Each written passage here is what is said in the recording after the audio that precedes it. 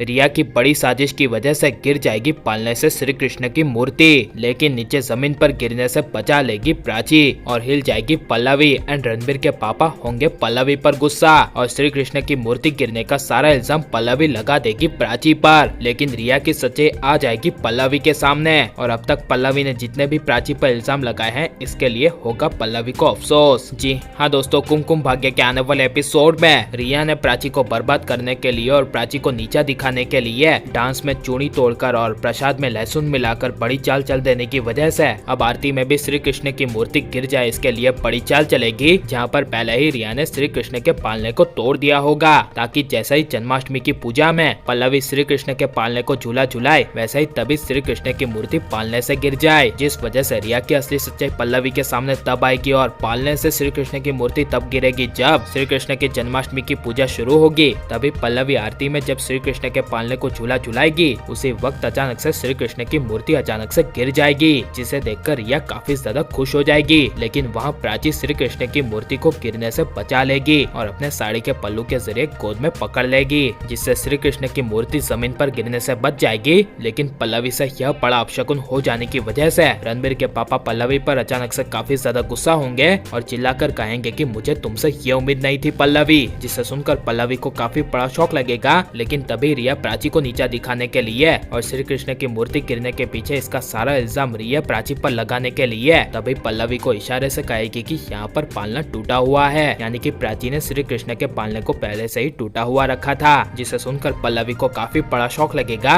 And Pallavi Prachi पर श्री कृष्ण की मूर्ति गिरने की वजह और इसका सारा इल्जाम प्राची पर लगा देगी और प्राची को गुस्से से कहेगी कि आज तुम्हारी वजह से पूरी जन्माष्टमी की पूजा और पूरा जन्माष्टमी का त्योहार मेरा बिगड़ गया और तुमने मुझे सबके सामने नीचा दिखा दिया और आज मैंने तुम्हें जन्माष्टमी की पूजा करने के लिए कहा और घर की सारी जिम्मेदारियों के साथ आज घर की चाबी दे दी, यही मेरी जिंदगी की सबसे बड़ी गलती थी। ये सुनकर प्राची के पैरों तले जमीन खिसक जाएगी और प्राची कहेगी कि मैंने पालना टूटा हुआ नहीं रखा था, पता नहीं ये कैसे टूट गया। लेकिन पल्लवी प्राची की एक बात नहीं सुनेगी। लेकिन वहाँ पर खड़े सिद्धार्थ को पता चल जाएगा कि ये सब और किसी ने नहीं बल्कि रिया ने किया है। लेकिन सिद्धार्थ के पास रिया के खिलाफ कोई भी सबूत न होने की वजह से सिद्धार्थ रिया के बारे में कुछ नहीं बोलेगा और इसी बड़ी वजह से पूरा जन्माष्टमी का त्योहार बिगड़ने की वजह से पल्लवी एक बड़ा फैसला लेगी और घर की चाबी दे देगी प्राची की जगह रिया को और कह देगी कि आज मैं ये पूरी घर की जिम्मेदारी, ये घर की चाबियां दे रही हूँ एक सबसे अच्छी और एक सबसे जिम्मेदार बहू को, यानी कि रिया को। ये सुनकर प्राची के पैरों तले जमीन खिसक जाएगी एंड रणबीर और दादी को भी काफी बड़ा शौक लगेगा। लेकिन इसी बीच दादी और रणबीर प्राची को चाबी देने के लिए कुछ नहीं कर पाएंगे, क्योंकि किसी को पता ना चले ऐसे रिया ने अपनी चालें चलकर प्राची को नीचा दिखा देने की वजह से कोई भी कुछ नहीं कर पाएगा। लेकिन जब आने वाले एपिसोड में घर की चाबी रिया को मिल जाएगी तब पल्लवी को एहसास होगा कि इस घर की जिम्मेदारी रिया संभाल ही नहीं सकती, क्योंकि रिया को कुछ आता ही नहीं है और घर की चाबी किसे मिलनी चाहिए, प्राची को या फिर रिया को। और प्राची के साथ बुरा होगा तो इसके बारे में आपकी राय क्या है, ये सब हमें कमेंट में जरूर बताएं।